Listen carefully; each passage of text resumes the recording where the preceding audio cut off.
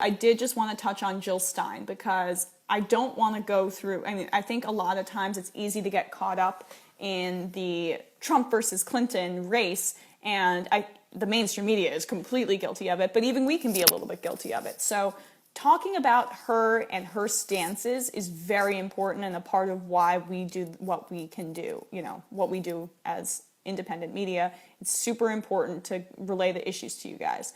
So, of course, police brutality and Black Lives Matter have been rightfully so in the news sort of lately. I think it's been a little bit overshadowed by the potential terrorist bombings in New York and New Jersey, which is right in my backyard. I've said that before. So, those are important issues, but again, no one did die, so that's the good news.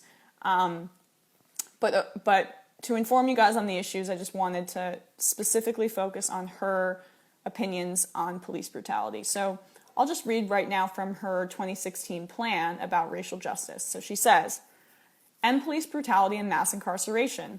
Love it off the bat. Create a Truth and Reconciliation Commission to understand and eliminate this legacy of slavery that lives on as pervasive racism in the economy, education, housing, and health. Ensure that communities control their police rather than the police controlling our communities by establishing police review boards and full-time investigators to look into all cases of death in police custody. Demilitarize the police. So let's go through that one by one. End police brutality and mass incarceration.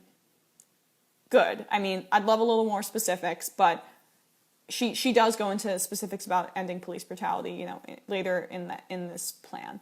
But mass incarceration is sometimes not discussed in the same breath as police brutality, but mass incarceration encourages police brutality because there's a stereotype, obviously, despite the fact that Black and white Americans use drugs at the same exact rate. Black people, I think, are 13% of the population and around 13% of the marijuana users, yet over half of the drug arrests. Don't quote me on that, but I believe that's the statistic.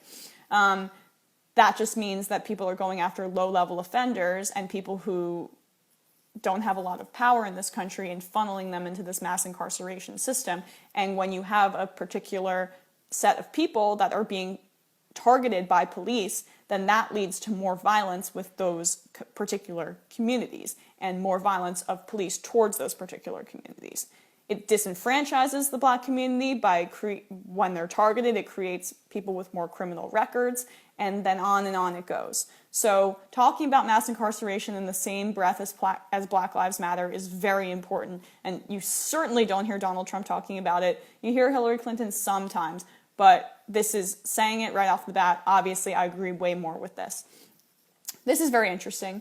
Create a Truth and Reconciliation Commission to understand and eliminate the legacy of slavery that lives on in pervasive racism in the economy, education, housing, and health.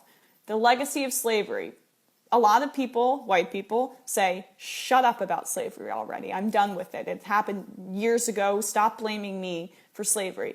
No, that's not what we're saying. We're saying that the structures that were put in place in the wake of slavery still are pervasive and still create these social inequalities. So how can we alter those structures to make it more fairer for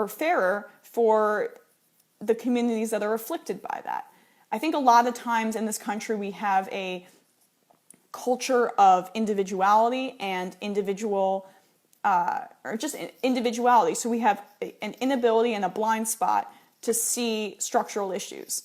And what I love about Jill Stein is that she focuses on the structural issues and says, I'm not blaming you, I'm not blaming you as an individual, but we have to look at the overall structure of the country and then create a commission to attack those structures and to analyze them and say, how can we improve here and here and here?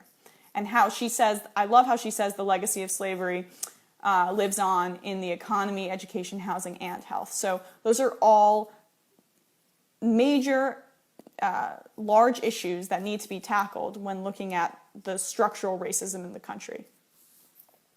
She then continues, ensure that communities control their police rather than police controlling our communities by establishing police review boards and full-time investigators looking into cases, look into cases of death in police custody. I love that. And, I actually, when we were in Detroit, talked to a man who said that the police here are great. And that took me by surprise. As someone who's not familiar with Detroit and the policing there, I was really happy to hear that he was like, yeah, look at the police. They're not bothering us at this rally. There was an anti-Trump rally, mostly African American. And I was like, why? What's the case? What happened to make this police force much more friendly to you than, say, other areas in the country? And he said, we have community policing. We basically they answer to us. We have a very open and fluid back and forth with the police, and we have a forum where we are able to address our concerns, and that's exactly what Jill Stein is promoting here, and that's great. And apparently it fucking works. So let's do it more. That would improve, I'm assuming, race relations in the country. And I really like that Jill Stein focused on that in her platform. So just a few quotes just to show that Jill Stein has been for pro-Black Lives Matter for a really long time. She, in 2015, canvassed with two members of the Frisco Five.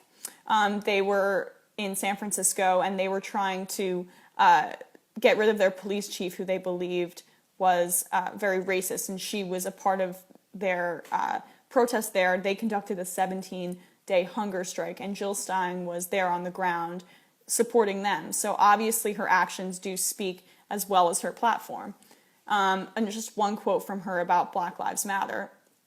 Back at the beginning of 2015, she said, "When you look at U.S. history, the abolition of slavery, the women's movement, the labor movement, those started with direct action and very difficult struggles in the street, but those struggles then became political. In the words of Frederick Douglass, power concedes nothing without a demand, and that demand needs to happen in the street, in our communities, in our schools, and in the voting booth.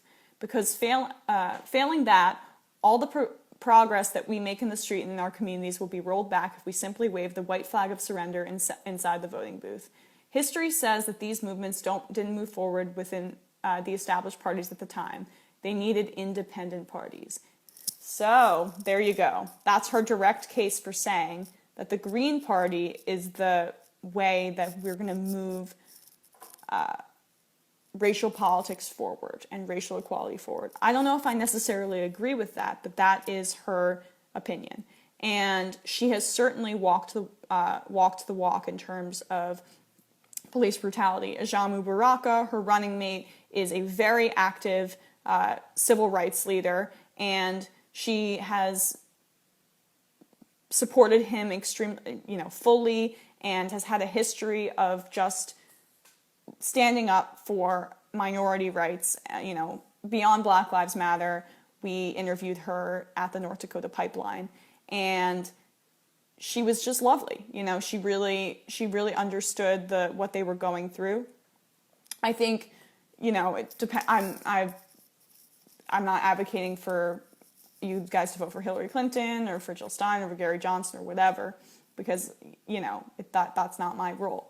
But if you are considering voting for Jill Stein, I think it's good to know that she is an activist at heart, and my reservations with her, I don't think that she has really many ideas in terms of how to actually implement these things, and would have a really hard time doing so. I think pragmatism sometimes can be relevant, but her heart is 110% in the right place.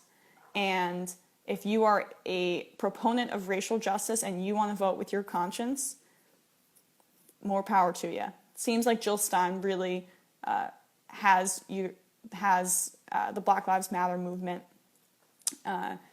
in her heart, and that she is in their corner.